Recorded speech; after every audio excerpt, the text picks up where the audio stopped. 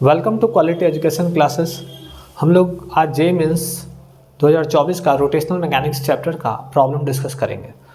तो ये जो क्वेश्चन है काफ़ी बेसिक क्वेश्चन है और आपका अगर बेसिक इन्फॉर्मेशन क्लियर है तो आप इस प्रॉब्लम को आसानी से सॉल्व कर सकते हैं।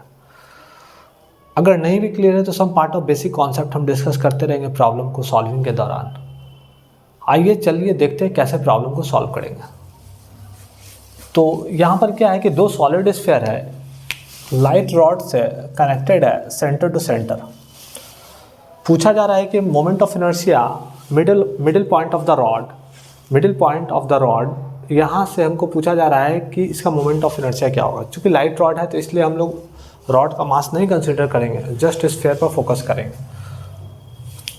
तो यहाँ पर हम लोग जो कॉन्सेप्ट लगाएंगे वो पैरेलल एक्सिस थ्योरम का कॉन्सेप्ट लगाएंगे। तो पैरेलल एक्सिस थ्योरम क्या होता है कि अगर किसी भी एक्सिस के अबाउट आपको मोमेंट ऑफ इनर्शिया चाहिए तो आपको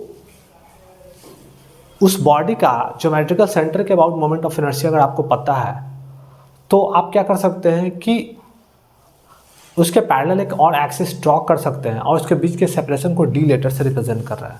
तो पैरेलल एक्सिस ऑफ थ्योरम हम लोग यूज़ कर लेंगे। तो यहाँ पर आई हमको निकालना है मिडिल पॉइंट से, तो हम लोग क्या लिखेंगे कि रॉड का मोमेंट ऑफ इनर्शिया क्या होता है, रॉड का नहीं सॉरी स्फीयर का, तो स्फीयर का 2/5 mr² प्लस m इंटू इस सेपरेशन ऑफ डिस्टेंस को हम लोग बोलते हैं डी लेटर से रिप्रेजेंट कर रहे हैं। मान लीजिए रॉड के मास को हम लोग कैपिटल M से रिप्रेजेंट कर रहे हैं। ये जो मोमेंट ऑफ इनर्शिया है एक स्फीयर का है, ठीक है। ऐसे हमारे दो स्फीयर है इसलिए हमको 2 से गुना करना पड़ेगा। फिर से मैं बता दे रहा हूँ कि जो मोमेंट ऑफ इनर्शिया जो है स्फीयर का, सॉलिड स्फीयर का, तो सॉलिड स्फीयर का मोमेंट ऑफ इनर्शिया उसके एक्सिस ऑफ रोटेशन के अबाउट 2/5 mr² है। अगर उसी एक्सिस के पैरेलल ये एक्सिस ड्रॉ किया गया तो स्फीयर का एक्सिस और यहाँ पर ये जो मिडिल पॉइंट से जो एक्सिस पास कर रहा है दोनों पैरेलल होनी चाहिए। इसके अबाउट हमको 2/5 mr² है और जो हमको डी डिस्टेंस पर जो हमारा एक्सिस है middle point of the rod जो है जहाँ पर से हमको निकालना है moment of inertia, middle point of the rod से हमको मोमेंट ऑफ इनर्शिया निकालना है। तो स्फीयर से जो एक्सिस पास करेगा वो उसका एक्सिस और ये जो middle point of the rod वो एक्सिस, दोनों एक्सिस पैरेलल होनी चाहिए और दोनों के बीच का डिस्टेंस d है और ये बॉडी जो स्फीयर है उसका मास m है। तो हम लोग क्या कर सकते हैं कि middle point of the rod से हम लोग मोमेंट ऑफ इनर्शिया निकाल सकते हैं। तो 2/5 mr² ये किसका है, स्फीयर का, और md² क्या है, मास ऑफ द स्फीयर, और d इज द जिस axis distance between the parallel axis. तो पैरेलल एक्सिस कौन सा, स्फीयर का एक्सिस, और ये हमारा क्या middle point of the rod का एक्सिस। तो यहाँ से हम लोग दोनों एक्सिस के बीच का सेपरेशन जो है वो हमको डी लेटर से चूँकि ये एक स्फीयर का है ये इन्फॉर्मेशन और यहाँ पर दो स्फीयर साइमल्टेनियसली, इसको हम लोग ने 2 से मल्टीप्लाइड कर रखा। तो सिंपल इसको हम लोग सॉल्व कर देंगे। 2/5 मास कितना दिया हुआ है हमको 2 kg, 2 गुने रेडियस कितना दिया हुआ है 50 सेंटीमीटर, तो इसको 1/2 का स्क्वायर लिख देता हूँ। 50 सेंटीमीटर मतलब कि 1/2 मीटर, तो 1/2 मीटर तो इसको मीटर में कन्वर्ट कर लिया हूँ, प्लस 2 इंटू सेपरेशन डी क्या है, सेंटर टू मिड पॉइंट। तो सेंटर टू मिड पॉइंट, तो सेंटर टू सेंटर डिस्टेंस हमारा 150 सेंटीमीटर है। तो सेंटर टू मिड पॉइंट कितना हो जाएगा 75 सेंटीमीटर। फिर से मैं बता देना चाहता हूँ कि दो स्फीयर है और दोनों स्फीयर के बीच centre to centre distance 150 centimetre दे रखा है और जो दोनों स्फीयर को जो ज्वाइन कर रहा है वो एक लाइट रॉड से ज्वाइन कर रहा है। तो मोमेंट ऑफ इनर्शिया निकालना है about the mid point of the light rod.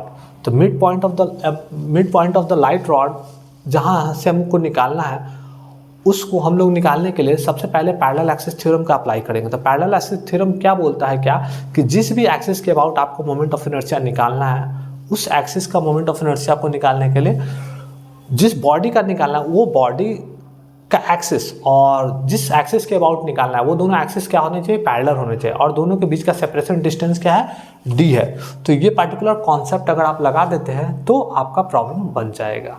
फिर से मैं बता देना, जिस एक्सिस के अबाउट निकालना है और जो भी बॉडी गिवन है उस बॉडी का एक्सिस और जिस एक्सिस के अबाउट निकालना है दोनों एक दूसरे के पैरेलल होनी चाहिए और उन दोनों के बीच का सेपरेशन डिस्टेंस क्या है, d है, और m जो है मास ऑफ द बॉडी।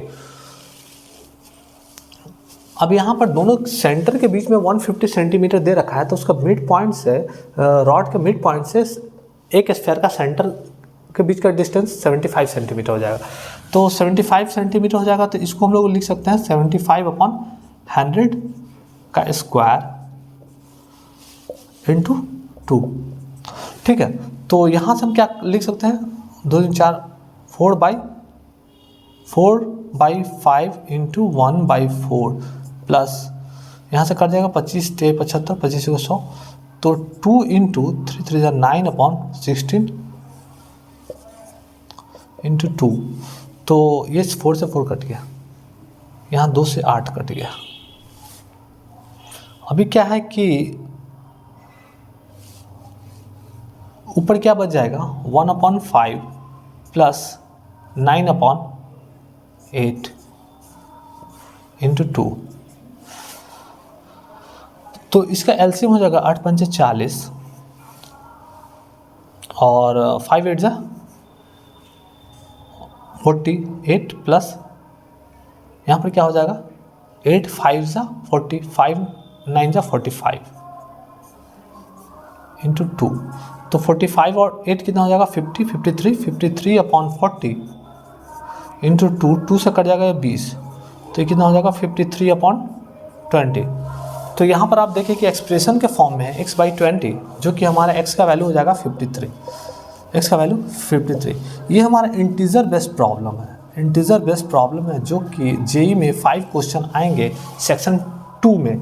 तो सेक्शन 2 में जो 5 क्वेश्चन आएंगे, आपको प्रॉब्लम को सॉल्व करके डेटा को कंप्यूटर में फीड करना होगा। तो फिर से हम क्वेश्चन को एलेबरेट कर देते हैं। 2 सॉलिड स्फीयर है जो कि लाइट रॉड से कनेक्टेड है, उसके सेंटर टू सेंटर के बीच की दूरी जो है 150 सेंटीमीटर दे रखी है, और पूछा जा रहा है कि रॉड के मिड पॉइंट्स से हमको निकालना है मोमेंट ऑफ इनर्शिया। तो रॉड के मिड पॉइंट से हम लोग को मोमेंट ऑफ इनर्शिया निकालना है, तो हम लोग यहाँ लगाएंगे parallel axis theorem. Parallel axis theorem क्या बोलता है, जिस एक्सिस के अबाउट आपको मोमेंट ऑफ इनर्शिया निकालना है वो एक्सिस और गिवन बॉडी का जो एक्सिस है दोनों पैरेलल होनी चाहिए, और उन दोनों के बीच का सेपरेशन डिस्टेंस आपको पता होना चाहिए, और गिवन बॉडी का मास आपको पता होना चाहिए, और गिवन बॉडी का जो एक्सिस है उसके अबाउट आपको मोमेंट ऑफ इनर्शिया पता होना चाहिए। तो यहाँ पर क्या है कि गिवन बॉडी स्फीयर है, तो स्फीयर का हम लोग का मोमेंट ऑफ इनर्शिया 2/5 mr² होता है, सॉलिड स्फीयर है।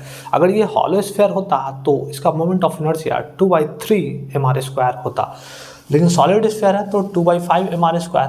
तो मैंने एक स्फीयर और उसके मिड पॉइंट, रॉड के मिड पॉइंट से हम लोग ने मोमेंट ऑफ इनर्शिया निकाला, तो 2/5 mr² प्लस md²। इसको 2 से इसलिए गुना किया क्योंकि 2 स्फीयर यहाँ पर गिवन है।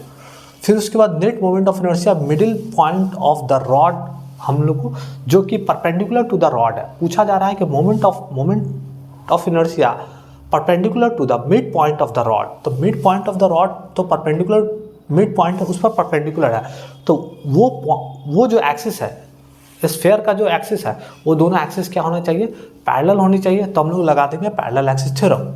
तो उसके बाद मुझे सारा डेटा गिवन था क्वेश्चन में ऑलरेडी, और मैं सारा डेटा क्वेश्चन में फीड किया, और फीड करने के बाद आंसर आया 53।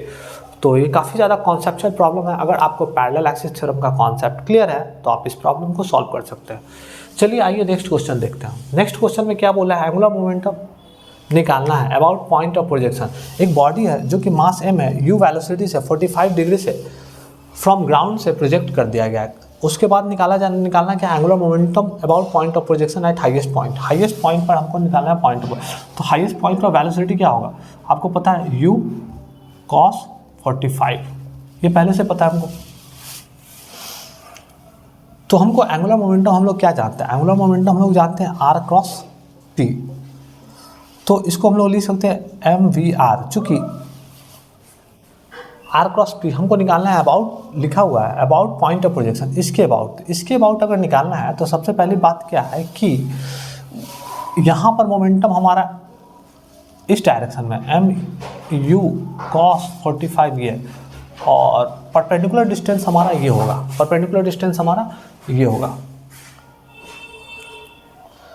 परपेंडिकुलर डिस्टेंस ये होगा। तो हमारा क्या होगा, परपेंडिकुलर डिस्टेंस को हम लोग क्या निकाल सकते हैं, h = u² sin² θ upon 2g। ये हम लोग फॉर्मूला जानते हैं। हाइट जो है यहाँ पर परपेंडिकुलर डिस्टेंस हो जाएगा। तो मास तो m है, velocity u cos 45 into r जो होगा परपेंडिकुलर डिस्टेंस पोजिशन वेक्टर, तो u square sine square 45/2g। अब यहाँ पर हम क्या करते हैं, m u q cos 45 का वैल्यू होता है 1/√2 इंटू यू स्क्वायर का वैल्यू हो जाएगा, तो लिखा गया, और यहाँ भी फिर से 1/√2 का स्क्वायर इंटू 1/2g।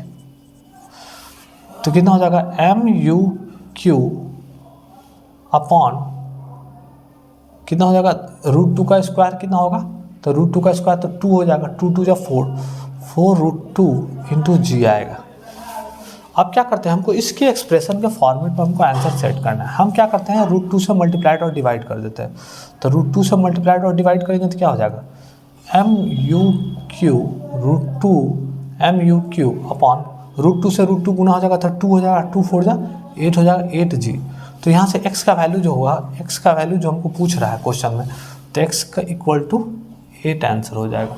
तो ये क्वेश्चन काफ़ी ज़्यादा कॉन्सेप्चुअल, अगर एंगुलर मोमेंटम का कॉन्सेप्ट क्लियर है तो आप एक्चुअल क्या है कि मोमेंटम हमारा उस पॉइंट पर इस डायरेक्शन में, और perpendicular distance from the point of projection से अगर मैं बात करूं, तो perpendicular distance from the point of projection से मैं बात करूं तो यही होगा ना हमारा perpendicular distance from the point of projection.